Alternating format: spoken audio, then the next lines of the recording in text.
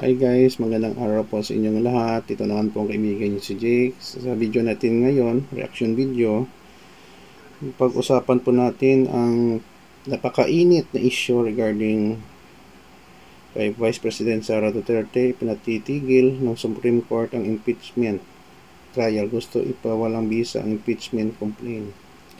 Before tayo guys magsimula, magpapasalamat muna po ako sa lahat ng mga viewers, silent viewers at supporters natin sa channel natin, no?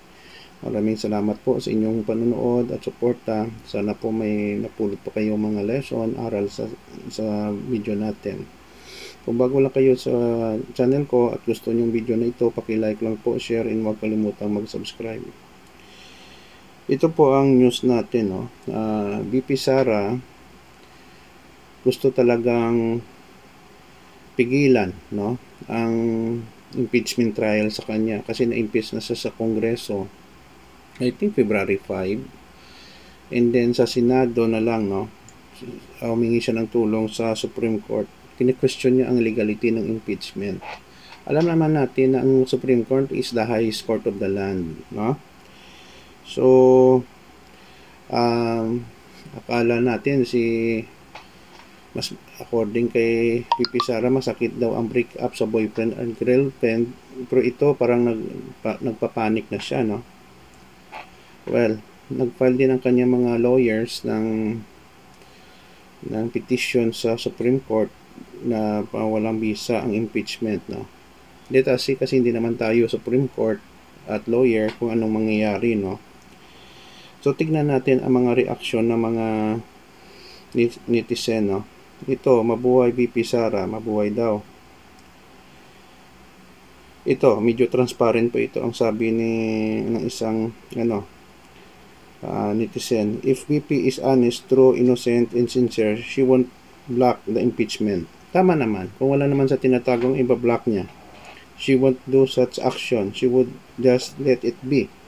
Ituloy lang ang impeachment at sasagutin niya ang mga akusasyon sa kanya, to let all the people who voted for her to know the truth. Kung may tinatago, yun, humingi siya parang hindi matuloy ang impeachment.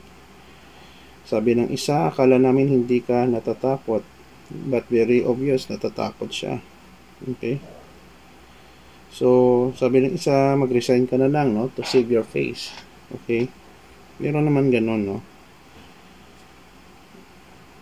Sabi ng isa, yan naman ang tamang venue, ang Supreme Court daw, para mag-seek remedies. Ano porket congressman at senador sila lang ang tama kahit kabubuhan ang ginagawa.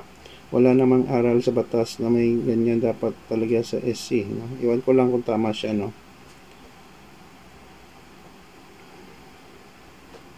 Ito, kaliwat sa sinasabi niya na hayaan lang ang impeachment, mas malungkot pa raw iwan ang boyfriend kaysa impeachment, tapos humingi ng tulong sa Supreme Court para ipatigil ang impeachment. Sinungaling talaga. Okay, medyo nagkontra ang kanya mga statement, no? So yung mga korap sa gobyerno, yung impeach, malabo yun kasi halos lahat korap din, eh. Ito isa, nakakatawa, no? Takot na takot ngayon si Mary Grace Piatos. So, mga bulok, whatever it is, no? Panic mode na si Baliw. Yan guys, no? Medyo din, napakagulo din ang impeachment na ito kasi according kay Senate President Ches Escudero, sa June pa daw, parang delay niya pa, no, ang session. After ng SONA daw ang Senado mag-tackle ng impeachment case, no, kay VP Sara, no. So hayaan na lang natin, no, what will happen, Supreme Court ba, Senado, or anong mangyayari.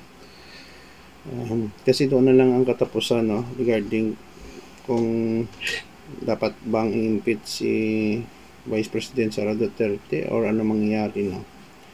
Pero ako, personal ko lang, parang dito magre-resign ng pusa. Lalaban talaga to. Yun lang po guys. Maraming salamat sa inyong panonood sa channel natin. Please like, share, and huwag kalimutan mag-subscribe. Thank you sa suporta nyo palagi. Ingat po tayo guys. Kita-kita po tayo sa sunod na video. Ito naman po kaibigan nyo si Jake. Paalam.